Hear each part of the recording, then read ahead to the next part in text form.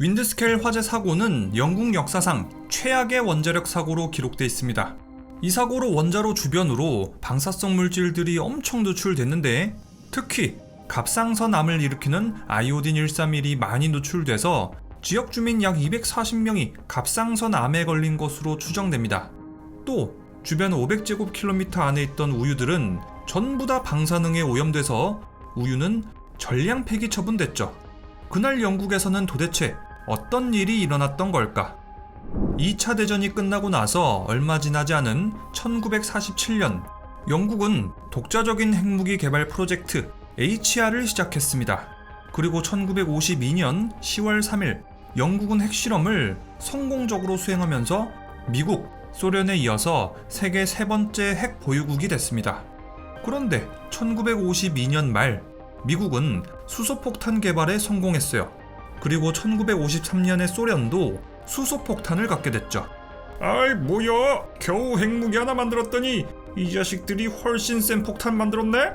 이 시기 미국과 소련의 냉전은 점점 더 심해지고, 소련은 계속해서 군사비에 돈을 왕창 써가면서 힘을 키워갔습니다. 그래서 같은 자유진영에 있던 미국하고 영국은 소련을 견제하기 위해서 정치, 경제, 군사동맹을 더욱 강화시켰습니다. 이때 미국하고 영국은 핵무기 기술 협정도 맺었어요. 그런데 야 미국, 우리 같이 소련 견제하려면은 우리도 그 수소폭탄 좀 가져야 될 것 같은데, 혹시 수소폭탄 만드는 기술 이것 좀 전수해 줄 수 없나? 야, 미쳤냐? 내가 기술 전수하면 너도 나한테 기술을 줘야지. 왜 나만 주냐? 아니, 그리고 너네 지금 수소폭탄은 못 만드는 것 같은데 이러면 우리만 손해인 거 아니야? 아니, 그리고 수소폭탄 만드는 법 너네한테 알려줬다가 정보라도 세면 어떡할 거야? 아, 우린 못 줘. 야 미국, 너네 진짜 개 너무하네. 야 너네 딱 기다려. 수소폭탄 그거 우리도 만들 수 있어. 자, 영국 입장에서 보세요. 같은 편이라고 생각했던 미국이 수소폭탄 기술을 전수를 안 해줘요. 게다가 소련까지 수소폭탄을 가져가지고 영 불안해서 안 되겠는 거야. 그래서 영국은 화가 나기도 하고 불안하기도 하니까 바로 영국 과학자들 싸그리 모아가지고 당장 수소폭탄을 만들어 오라고 명령했어요. 자, 그런데 이 수소폭탄을 만들려면은 삼중수소가 있어야 되는데, 삼중수소를 만들 수 있는 원자로가 없는 거예요. 이걸 언제 새로 짓고 앉았냐고. 아무리 빨라야 3년, 보통은 5년까지 걸릴 텐데요. 이때 영국의 과학자들이 묘안을 냈습니다. 그 핵무기를 만들 때 쓰던 윈드스케일 원자로가 2개 있습니다. 이거를 개조해서 삼중수소를 만들면 됩니다. 원자로를 따로 지을 필요가 없으니까 3년에서 5년 정도는 아낄 수 있습니다. 좋았어! 진행시켜! 이렇게 영국은 윈드스케일 원자로를 개조해서 삼중수소를 만들기로 합니다. 윈드스케일 원자로는 컴버랜드시 스케일에 지어진 원자로예요. 영국은 이 원자로로 핵무기의 핵심 재료 플루토늄 239를 만들어서 핵무기를 제작했죠.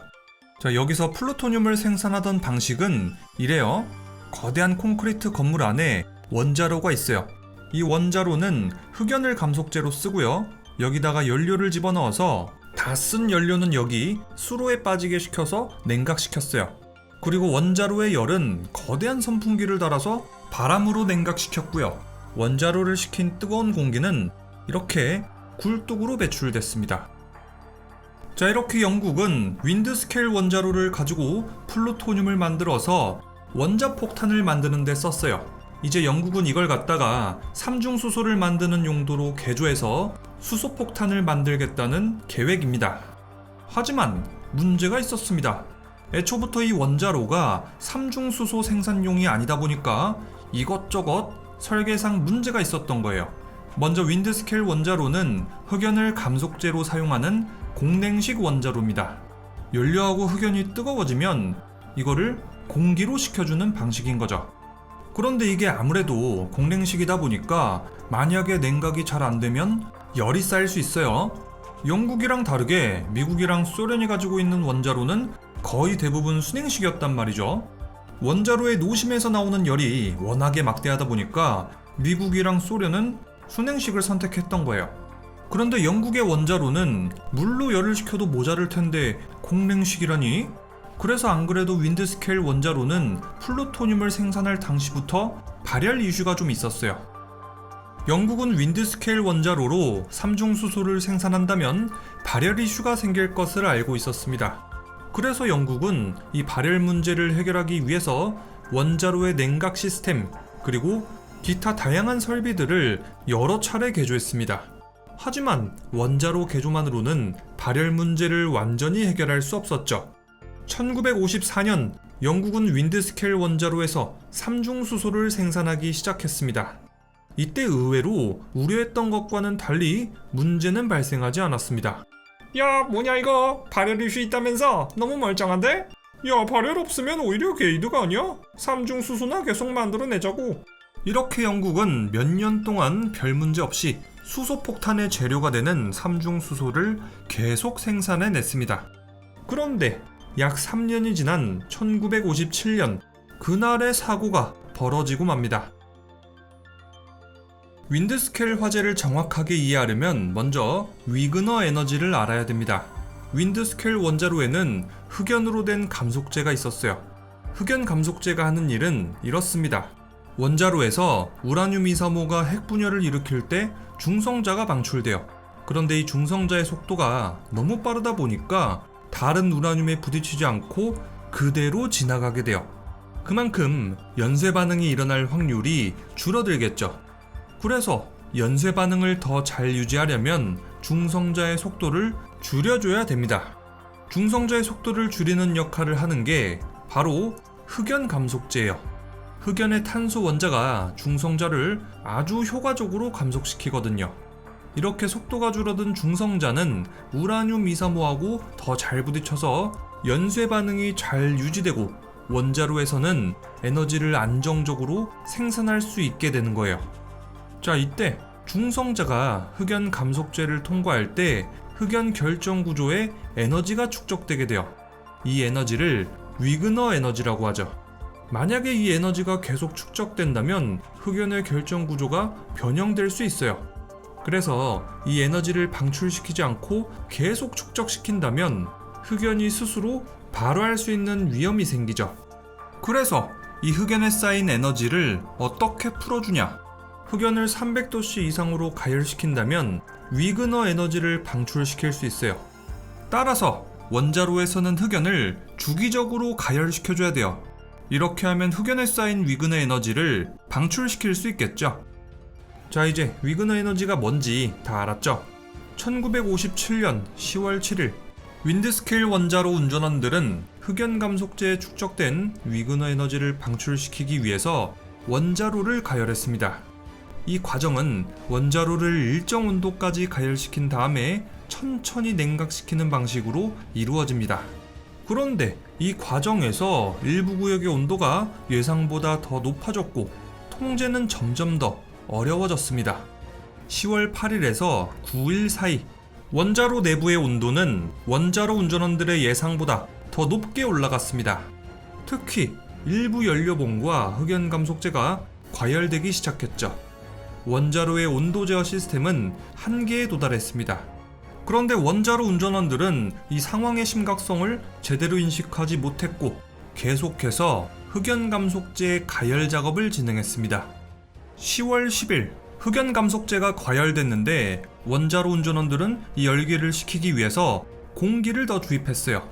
그런데 이때 주입된 산소가 흑연과 반응해서 불이 일어나게 됐습니다. 이때 수많은 방사성 물질들이 굴뚝을 통해서 노출됐고 제어실에서는 방사선 수치가 최고치를 찍게 됐습니다. 원자로 운전원들은 즉시 비상사태를 발령했어요. 원자로 내부에 대규모 화재가 일어난 거예요. 화재는 연료봉까지 확산됐고 연료봉의 우라늄 금속이 산화하면서 화재는 더욱 격렬해졌습니다. 원자로 운전원들은 화재를 진압하기 위해서 냉각팬을 최대로 작동시켰어요. 하지만 이것은 큰 오판이었습니다. 마치 잘 타고 있는 숯에다가 바람을 불어넣은 거나 마찬가지였거든요. 이 때문에 화재는 더욱 격렬해졌습니다. 그 다음으로 원자로 운전원들은 원자로에다가 액체 이산화탄소를 주입했습니다. 하지만 준비된 양은 겨우 25톤가량. 이 정도로는 화재를 진압하기에는 너무 부족한 양이었어요. 10월 11일 아침 화재는 더 심해졌습니다. 원자로 안에는 우라늄 15톤을 비롯한 여러가지 방사성 물질들이 있었는데 이것들도 함께 불타고 있다 보니까 만약에 영국이 이 화재를 빠르게 진압하지 못한다면 더 큰일이 날 수도 있어요. 마지막으로 원자로 운전원들은 물을 주입하기로 했어요. 사실 이때까지 원자로 운전원들은 물을 주입하는 걸 꺼리고 있었어요. 왜냐? 만약에 물이 과열된 연료봉이나 흑연하고 접촉하게 되면 수소와 산소로 분리되고 이 수소가 원자로 내부에 축적되면 공기 중에 산소랑 반응해서 수소 폭발을 일으킬 수도 있다 라는 우려 때문이었죠. 또 원자로에 만약에 물을 주입하면 방사성 물질이 포함된 증기가 발생해가지고 이게 대기 중에 쫙 퍼져버리면 이제 방사성 물질이 일대 지역에 다 퍼질 수 있겠죠. 또 만약에 찬물이 갑작스럽게 들어오면 원자로가 손상될 우려도 있겠죠. 이 때문에 원자로 운전원들은 끝까지 물을 사용하는 것을 주저했어요. 하지만 화재가 잡힐 기미가 보이지 않고 다른 방법들은 연달아 실패하니까 결국엔 물로 원자로의 화재를 진압하기로 결정했어요. 이때 물을 주입하면서 동시에 원자로의 모든 환기장치와 냉각장치도 끄게 했습니다. 더 이상 공기가 원자로 안에 들어가는 걸 막기 위함이었죠. 이 마지막 조치는 성공적이었습니다. 불이 점점 잡혀가는 게 보였는데 물을 넣기 시작한 지 약 24시간 후 화재는 완전히 진압될 수 있었죠. 이날 영국에서 일어난 윈드스켈 화재 사건으로 상당한 양의 방사성 물질들이 외부로 노출됐습니다. 아이오딘이 740테라베크렐, 세슘이 22테라베크렐, 제논은 무려 12페타베크렐이 누출됐습니다. 이렇게 방사성 물질이 워낙에 많이 빠져나왔다 보니까 영국이 원자력 사고를 숨기려고 해도 숨길 수가 없었어요. 이 사고로 주변 지역의 방사능 오염도 심각했다고 해요. 특히 주변의 낙농업자들이 많은 피해를 입었는데요. 사고가 난 지 한 달 동안 주변 500제곱킬로미터 이내에서 생산된 모든 우유는 1000배로 희석된 다음에 바다로 폐기 처분됐습니다. 또 이 사고 직후에 주변 지역에서 백혈병 등의 암 발병률이 높아졌다는 연구 결과가 있어요. 하지만 이것들이 실제로 원자력 사고하고 관련이 있는지 여부는 자세히 밝혀지지 않았습니다. 다만 원자력 공학자들은 이 사고 주변 지역에서 약 240명의 갑상선 암 환자가 생겨났는데 이것은 당시 사고로 노출된 아이오딘이 사람의 갑상선에 흡수됐기 때문인 것으로 추측되고 있습니다. 여담으로 원래 윈드스켈 화재 사고로 훨씬 더 많은 방사성 물질들이 누출될 수도 있었어요. 그런데 어떤 한 남자의 고집 덕분에 피해 규모를 엄청 많이 줄일 수 있었다고 해요. 그 남자의 이름은 바로 1951년 노벨 물리학상을 수상한 영국의 물리학자 존 코크로프트입니다. 윈드스켈 원자로를 다 짓고 나서 존이 시찰을 나왔는데 갑자기 이렇게 명령했다고 해요. 야, 지금 보니까 안전장치가 제대로 안 돼 있구만. 만약에 원자력 사고라도 나면 어쩔 거야? 방사성 물질들이 밖으로 다 빠져나갈 거 아니야. 지금 당장 굴뚝에다가 필터를 설치하도록 하게.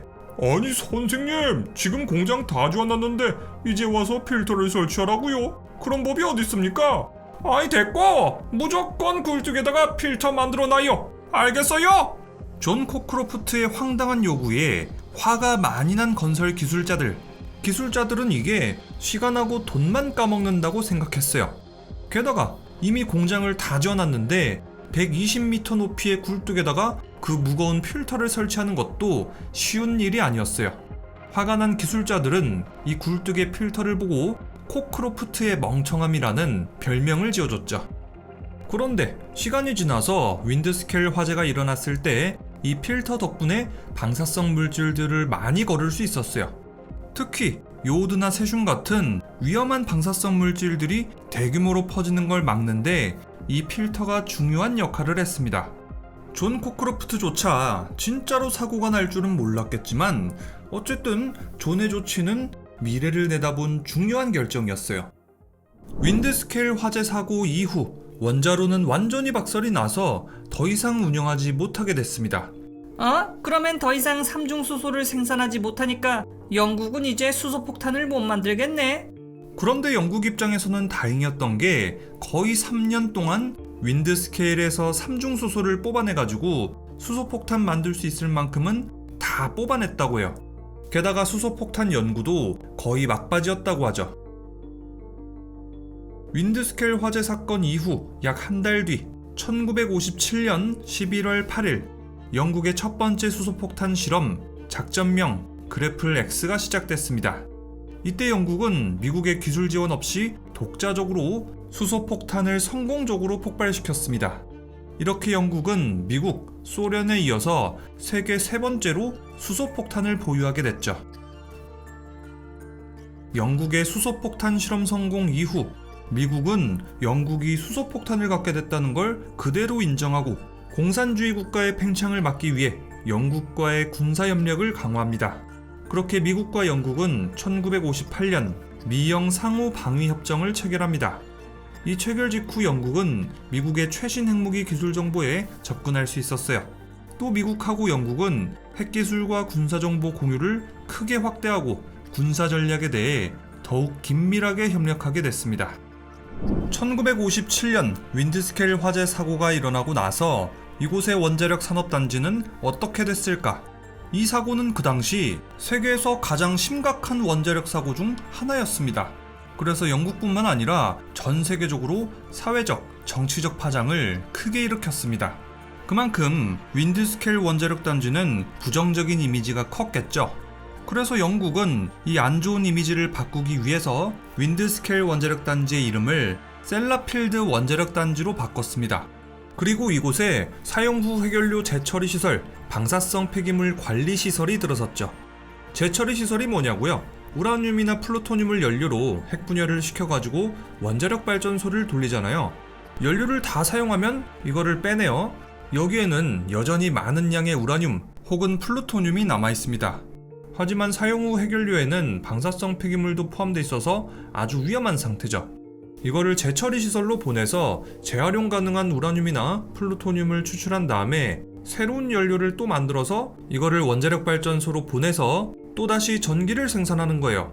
게다가 이렇게 하면 고준위 방사성 폐기물의 양도 줄일 수 있으니까 일석이조죠. 영국의 사용 후 해결료 재처리 시설은 세계에서 가장 큰 재처리 시설 중 하나로 자리 잡았습니다. 이곳에서 영국은 연구 안에서 발생하는 거의 모든 방사성 폐기물을 처리했습니다. 뿐만 아니라 일본, 독일, 이탈리아, 스위스 등등 여러 국가들을 고객으로 모셔서 사용 후 해결료 재처리 계약을 체결했죠. 이 사업으로 영국은 꽤나 짭짤하게 외화를 벌어들였습니다. 그런데 영국의 이 원자력 단지에서는 이런저런 원자력 사고가 너무 많이 발생했어요. 1973년에는 탱크에 저장된 고준위 방사성 폐기물이 대기 중으로 누출됐고 1983년에도 비슷한 사고가 발생했습니다. 2005년에는 무려 8,300리터의 고농도 방사능 액체, 우라늄 19톤, 플루토늄 160kg이 9개월 동안이나 누출됐습니다. 일부 언론은 이때 영국이 이 사실을 알고 있었으면서도 방사성 폐기물을 따로 관리하고 저장하는 게 힘들고 돈도 많이 드니까 일부러 방치했다는 주장도 있어요. 또 다른 구설수도 있어요. 영국이 핵무기를 만들던 시기 방사성 폐기물을 희석해서 아일랜드에다가 몰래 버렸다. 오슬로 파리조약위원회 보고서에 따르면요, 약 200kg의 플루토늄이 아일랜드의 밑에 뭉쳐 있다고 하고요. 주변 지역의 소와 물고기는 플루토늄, 세슘 등에 오염됐다고 해요. 그 오염도는 체르노빌 사고 직후 죽음의 재가 내린 지역의 오염도하고 비슷하다고 하죠. 또 영국의 원자력 단지 주변에 사는 사람들은 소아 백혈병, 암 발생 빈도도 높다는 연구 결과가 있습니다. 셀라필드 원자력 단지에서 일어난 공식적인 사고는 5단계 사고가 하나, 4단계 사고가 5개, 그리고 3단계도 15개나 일어났죠. 이곳에는 또 다른 골칫거리가 있습니다. 영국의 원자력 단지 안에서 1번 원자로 옆에 있는 지역은 방사능에 너무 크게 오염돼서 서유럽에서 가장 위험한 장소가 됐어요. 여기서 방사성 폐기물 누출 사고도 여러 번 일어났었고, 또 영국이 여기다가 방패물을 그냥 대충 마구 버려댔다 보니까 고준위 방사성 폐기물이 아주 진득하게 축적된 초고위험 지역이 돼버렸죠. 러시아도 예전에 카라차이 호수에다가 방사성 폐기물을 하도 버려대가지고 전 세계에서 방사능 오염이 가장 심각한 곳이 됐어요. 유럽의 셀라필드 원자력 단지도 똑같은 거예요. 현재 셀라필드 원자력 단지의 일부 지역은 방사선이 워낙 강해가지고 2분 이상 접근하면 목숨이 위험하다고 해요. 그래서 이곳은 절대 접근 금지고 외부 출입도 철저하게 통제돼 있다고 합니다. 영국은 현재 이곳이 얼마나 오염됐는지 모르고 얼마나 많은 방사성 물질이 쌓여 있는지도 모른다고 해요. 게다가 이 지역을 깨끗하게 치우고 해체하는 것도 돈이 워낙에 많이 들고 또 위험하다 보니까 영국 입장에서는 완전 골칫거리라고 합니다. 그래서 영국은 시간이 오랫동안 지날 때까지 그냥 존버한다 라는 마인드로 그냥 방치하고 있다고 해요. 자, 이렇게 지금까지 오늘의 영화 윈드스케일 화재 사건이었고요. 지금까지 저는 리뷰형이었습니다.